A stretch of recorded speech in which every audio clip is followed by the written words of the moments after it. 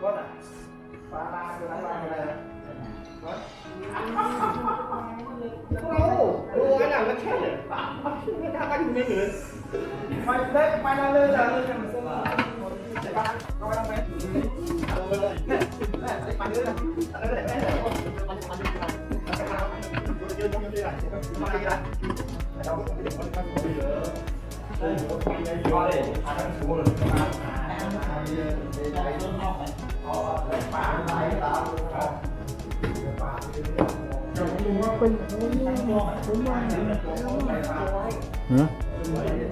Bây giờ nó lại còn phải phi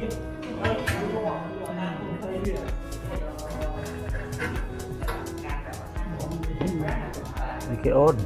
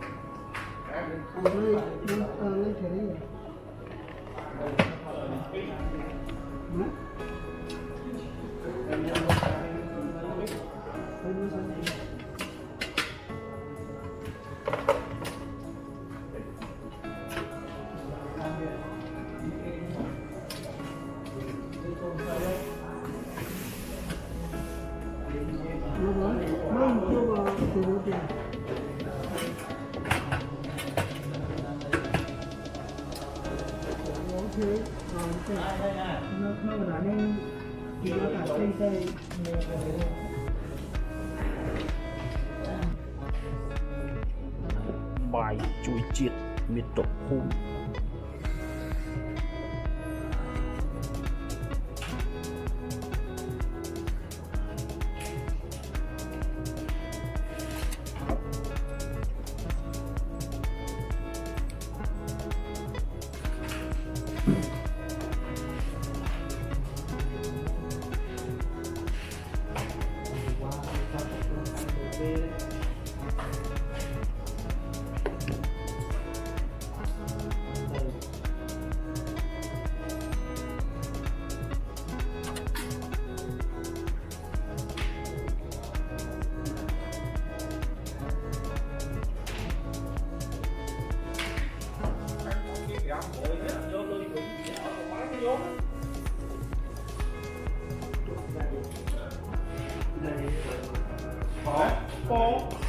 anh chi thích cái lúc cái sai nữa có bèo mồi đó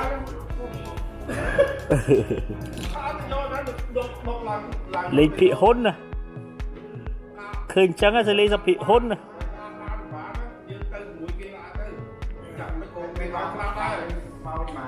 dạ ba mươi ngày còn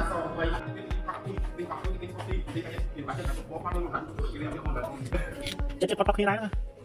mình năm mà thế mà tôi cái này vậy đi luôn không sang đến coi đây bắt cả được cả này bên còn tăng nữa cái tích cả được sai đấy lo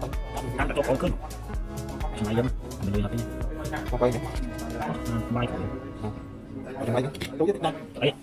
phải có bữa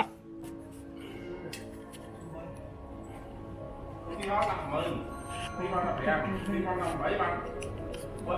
buôn mừng đặt trong buôn mớn đi qua tập một quan trọng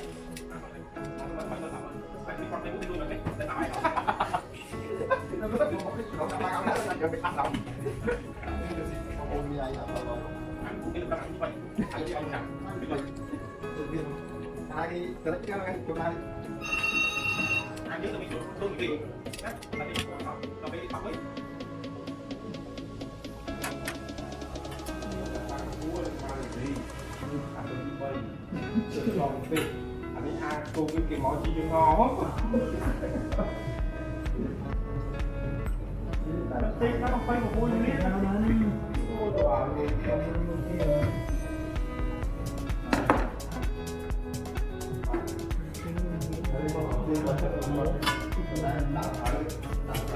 nó thấy còn muốn cơ mà thấy giảm biến còn muốn phái còn muốn mới còn muốn toán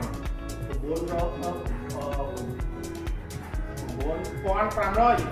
có đặt pram rồi biết làm thấy còn muốn mới thì được làm Cộng đỏ có đắt rồi Tờ bố lên đây từ pi rồi nó bị bò mà tập bè ngồi tới là mố rồi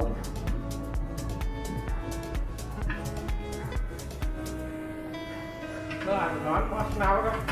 boss nói là chẳng hề lư nghe tầm mũi này mà con nè chiến nhóm đó là boss nào đó tiêm cung bánh ra mùi như này mà con nè chiến là mùi nè anh mùi là tia rồi lư là bàn lão tia rồi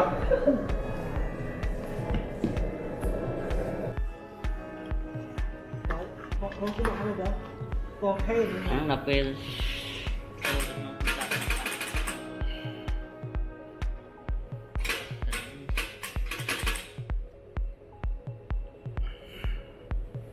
Hmm.